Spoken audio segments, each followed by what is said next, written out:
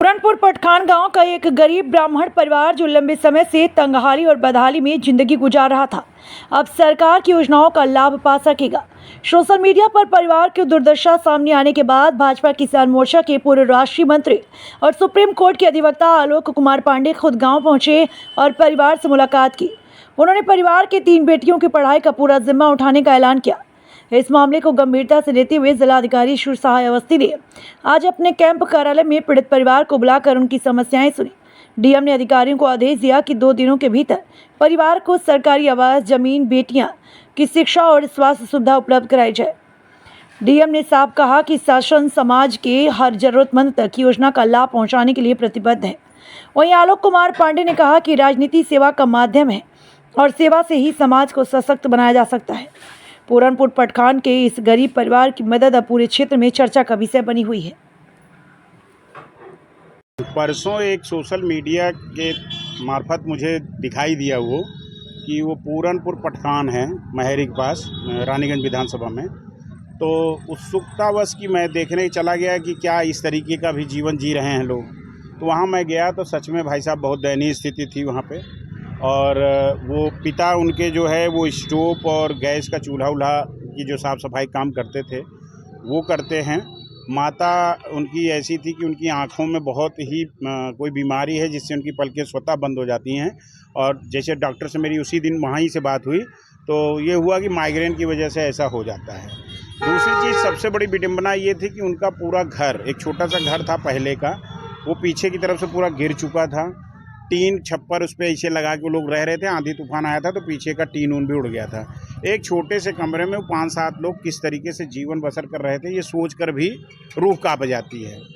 तो वहाँ पे जब मैं गया तो क्योंकि एक सोशल मीडिया के क्लिपिंग को देख के मैं गया था, फिर वहाँ पे मैंने जैसे उनसे सब बातचीत करी तो जो भी उनकी मूलभूत समस्याएं थी और जितना मैं कर सकता था उतना उसी वक्त मैंने त्वरित किया। उसके बाद मैंने आश्वासन दिया कि आप, क्योंकि वो बच्चियाँ पढ़ने में बहुत अच्छी थी, एक ने इंटर कर रखा था, दूसरा 8वीं पास होके मजबूरीवश वो सूरत में एक दवाई कंपनी में काम कर रही थी।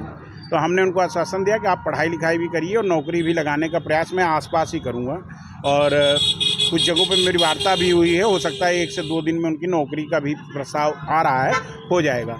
लेकिन मुझे बड़ी खुशी हो रही है कि वो जब वीडियो वायरल हुई, मेरा वहाँ जाने की जब वीडियो वायरल हुई तो हमारे ज़िले के संवेदनशील जिलाधिकारी महोदय ने उसको संज्ञान में लिया। और आज सुबह मेरे नेतृत्व में वो सारा परिवार, उन्होंने कहा कि परिवार से हमें मिलवाइए। पूरे परिवार को लेके मैं आज जिलाधिकारी महोदय के आवास पर गया सवेरे, और जिलाधिकारी महोदय ने उनसे एक-एक करके वार्ता करी, उनकी सारे दुख तकलीफ़ों को समझा जैसे एक अधिकारी को करना चाहिए, और जैसा इस सरकार की मंशा है कि हर गरीब तक हर चीज़ें पहुँचें और हर सुविधाएं उस तक पहुँचें। तो किस कारण से वंचित रह गया, क्योंकि आवास की लिस्ट में उसका नाम है, और चीज़ों से किस कारण से वंचित रह गया, अब ये सब तो शासन प्रशासन का विषय है, वो अपना देखेंगे। लेकिन जिलाधिकारी महोदय ने अपने अधीनस्थ अधिकारियों को तुरंत ये निर्देशित किया कि 2 दिन के अंदर इनके आवास पर पहुंच के जो भी भारत सरकार और राज्य सरकार की जो भी योजनाओं में ये सम्मिलित हैं, पात्रता रखते हैं, वो सारी योजनाएं इनको उपलब्ध कराई जाएं। और साथ ही साथ उन्होंने बेटी पढ़ाओ बेटी बचाओ की गति को देते हुए उन्होंने बेटी से पूछा कि आप पढ़ना चाहती हो? बेटी ने कहा हाँ मैं पढ़ना चाहती हूँ। उन्होंने तुरंत इसके लिए भी हिदायत दी कि इसका एडमिशन कराया जाए।